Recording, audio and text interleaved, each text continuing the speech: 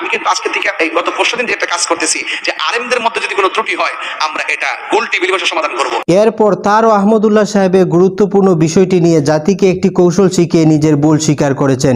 এজন্য তাহিরি সাহেবকে অসংখ্য অগণিত ধন্যবাদ।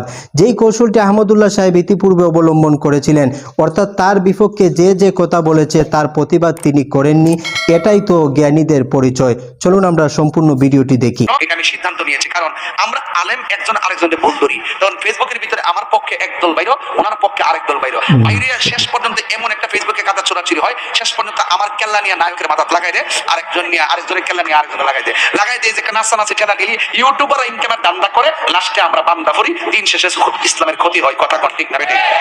এই জন্য আমি সব ধরনের আলেমদেরকে বলবো, যদি আপনাদের মধ্যে কোনো সমস্যা থাকে আপনারা একটা কাজ করবেন, ব্যক্তিগতভাবে ফোন দিবেন, ফোন দিয়ে এক জায়গায় বসবেন, পয়সা সমাধান করবেন। কিন্তু ওই যে অনলাইনে ফেসবুকে ওই